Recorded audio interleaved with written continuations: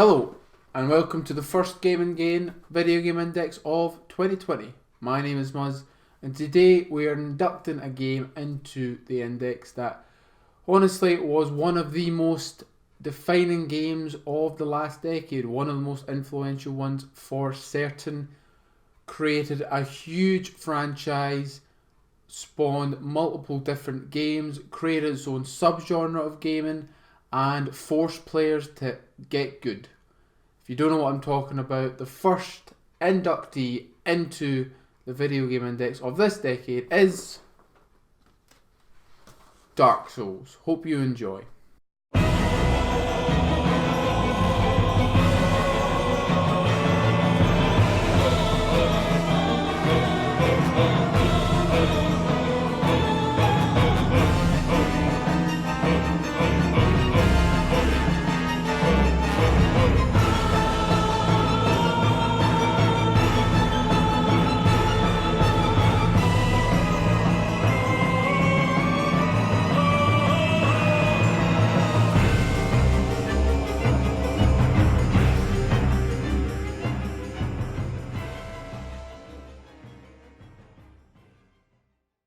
Dark Souls was released on September 22nd, 2011 for the PlayStation 3 and Xbox 360. It was developed by From Software and was a spiritual sequel to From Software's previous game, Demon's Souls. Dark Souls was an instant classic with critics and players giving it high praise for its engaging combat, vast world to explore and difficulty. The first aspect of Dark Souls that I really noticed on my first playthrough was the lack of an objective marker. Without that, you are left to figure out the game for yourself, and at first it was incredibly frustrating as I kept going the wrong way and running into skeletons that were way overpowered for me at that stage of the game. However, I eventually found my way and started to understand that the game was not going to hold my hand, and I believe that this is one of the reasons why Dark Souls is so beloved. It respects you as a player to find your own way in the world and figure out where to go next and what to do, by dropping subtle hints but not guiding you, just giving you a little nudge in the right direction.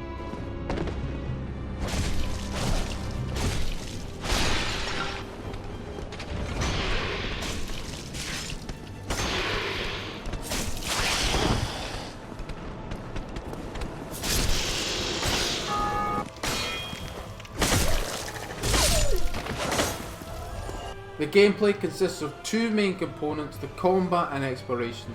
The combat in Dark Souls is one of my favourite combat systems in a game to date. It is challenging, yes, but that's what makes it so great. Combat encounters feel dangerous, whether you are facing an enemy for the first time or the 100th time. The combat punishes players who rush in and expect an easy win, and rewards players who study their opponents, learn the moves, and are patient with each encounter. This makes combat very compelling and intense to play, as any encounter can go wrong in so many ways, and the game does a great job of keeping you on your toes by introducing new enemies or having the same enemies but in different situations.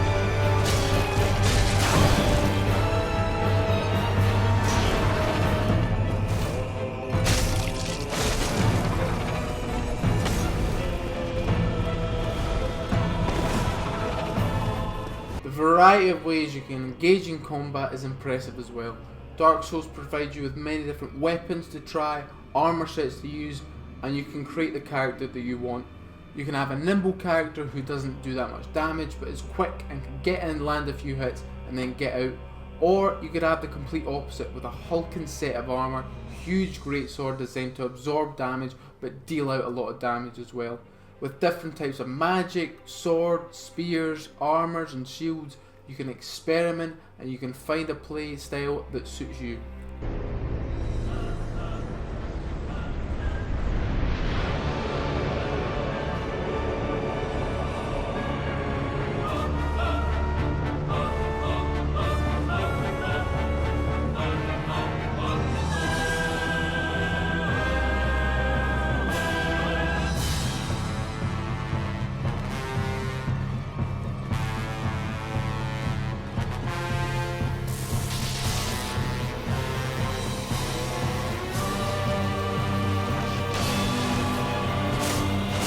Exploration in Dark Souls is a constant battle between deciding if you should continue forward or rest on your laurels and return to a bonfire. Bonfires are like your base camps, and they are scattered about the world, and often each area contains a few bonfires within them. It is from these bonfires that you venture out and explore the large, vast, open world that Dark Souls has to offer. As previously mentioned, Dark Souls does not hold your hand, it does not tell you which direction to go, or if you're going the right way, which makes exploring the world an interesting experience as you're constantly having to evaluate if you're going the right way. However, it will tell you if you're going the wrong way, as you will encounter enemies who will cut you down within 1 or 2 hits.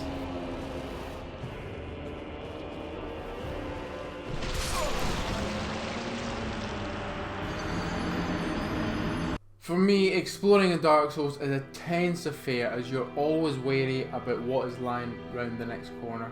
Dark Souls does a great job at making you scared to advance, because you might encounter a new enemy who looks very intimidating, a boss might be behind the next fog wall, or even a large open area can be unnerving, because Dark Souls loves to surprise you when you're least expecting it, and death in Dark Souls is punishing, as the experience you gained will drop where you were killed, and you have to make it back to that spot without dying again to retrieve it, which in some areas is easier said than done. This mechanic creates some very frustrating moments, as all your progress can be taken away from you, but it makes you learn to take your time and always be on your guard.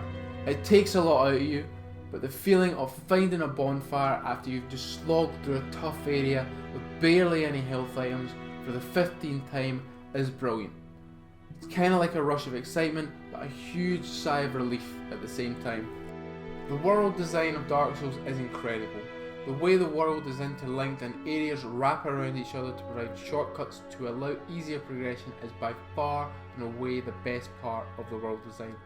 It creates such an incredible feeling of progression, as areas that were previously more difficult to get through become easier because of these shortcuts. The game also has such a variety of locations, from the starting area Undead Parish, which is a castle slowly falling into ruins, to the fiery depths of demon ruins, but it is not just a variety for the sake of it. Each area seems to be treated with the same amount of love and care, and fits into the world very nicely. But Dark Souls has areas which deserve to be recognised as some of the most memorable areas you will ever find in a video game. Blighttown and Sen's Fortress are just 2 of these areas. Both are regarded as the hardest areas in the game, with Blighttown being a slow descent with limited space to manoeuvre, a long drop off if you fall, horrific enemies with attacks that are hard to predict, ranged enemies that use toxic darts that take off a huge chunk of your health, and a maze of platforms that make it hard to work out where you actually have to go. I would not blame anyone who gave up.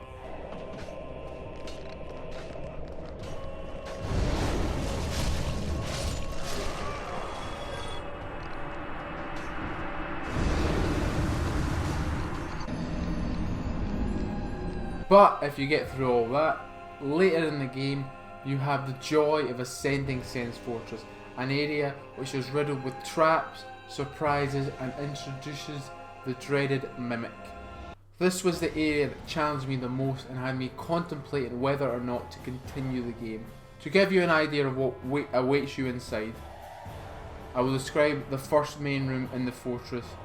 It consists of a narrow bridge down the centre of a room, with multiple scythe blades swinging across it, a humongous snake monster with a sword and shield in the middle of the bridge, and other enemies that shoot magic at you once you step foot onto the bridge.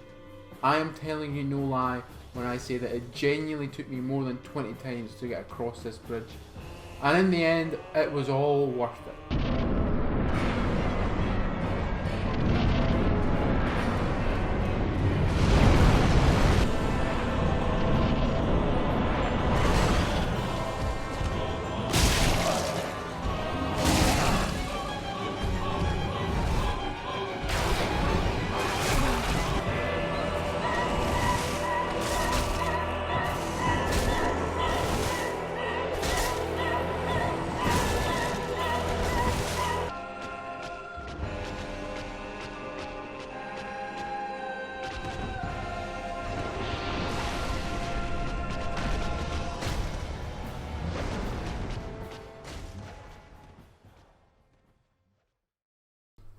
You can't talk about Dark Souls and not talk about the boss battles in the game.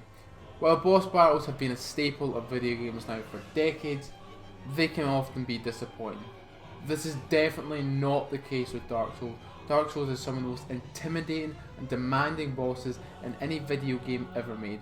Every time you go through a fog wall, you hold your breath in anticipation of what is behind it. When it's just another part of the level, you relax a little bit. But when it is a boss, a wave of nervousness and fear hits you as you know you're in for one hell of a battle. A battle which you are the underdog and you are up against it. First encounter with any boss, you're just in survival mode, trying to figure out its moveset, how much damage it can do, and when you can find an opening to deal some damage of your own. It is a thrilling experience, and once you have finally bested the boss, it is one of the best feelings I've ever had in a video game. A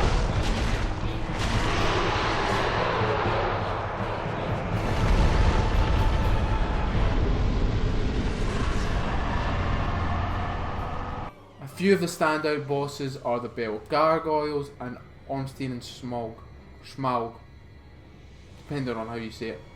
But if you have not played Dark Souls, I will let you figure out why these stand out for yourself.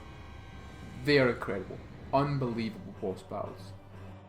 In conclusion, Dark Souls is a wonderful game, a game that respects you as a player to figure out the story for yourself, find your way through the world, and provides a challenging game that doesn't pull any punches, but just makes the game more rewarding to get through. From the intricate combat to the epic boss battles that will raise your blood pressure for sure, it is a game that at the time it came out was unlike anything I had ever played before, and has inspired Souls-like games, which has become its own subgenre of gaming because of the amount of games that have taken the element from this game. It is a game that I'm sure will stand the test of time, and we will be talking about it for decades to come. To put Dark Souls on the list was a very tough decision. I did not take this lightly. I really thought about it. I knew it was going to be high, but with the great games we have at the top of the index now, I wasn't sure how high I was going to put it. So know that I've come to the right decision for me, and I took a lot of time mulling it over and thinking about it. But ultimately, you only need to look at what Dark Souls has influenced, what influence it has had on gaming since its release. You look at the latest Star Wars game that came out late last year, hugely influenced by Dark Souls, and it's a genre that I think will keep going and keep producing great games.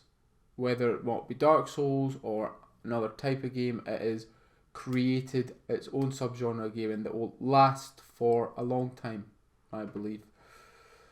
While I was recording for this video, I was finding new things in the game that I'd never seen before. New enemies that I'd never faced. It was great. I loved just exploring that world. It's fantastic. It's some of the most challenging yet rewarding gameplay I've ever played in a video game, and some of the most memorable areas in any video game, whether it be through the challenge or just the location, the aesthetic. It has some of the most incredible, memorable areas in all of video games that I will remember for a long time. And then you have the boss battles, a hallmark of the series now. They will never stop being pulse-raising, intense, no matter how many times you play them. They're just a great, great experience to play. However, the story and the storytelling personally wasn't my cup of tea. The first time I went through the game, I was not that invested in the story. I was not that invested in my character, and I didn't really know what was going on. But I completed the game after 70 hours of playing, and I think that is a testament to all the other aspects of this game. The combat, the exploration, just incredible achievements to hold my attention for that long, despite me having some issues with the story. And I believe that ultimately helped me make my decision. With Dark Souls, I believe it deserves to be up there, but I don't think it deserves to be at the top. I think The Last of Us, in terms of storytelling, gameplay, complete package is still number 1. Number 2 is going to be Dark Souls. I think it just pips Dead Space because of the open world, the incredible areas that it has, and the challenge that it brings to gaming. Because when I played Dead Space, I managed to get through it with no real problems, whereas Dark Souls, you're always going to have problems, even though I played the game at this point 3 or 4 times now. But an incredible game, and it spawned some incredible games after it, which we may have a look at. Now, I hope you enjoyed the video, so if you did like it, please like it, ring the bell, subscribe, share it, it would mean so much to me. And any thoughts, comments, general hostile remarks, leave them below. Thank you very much.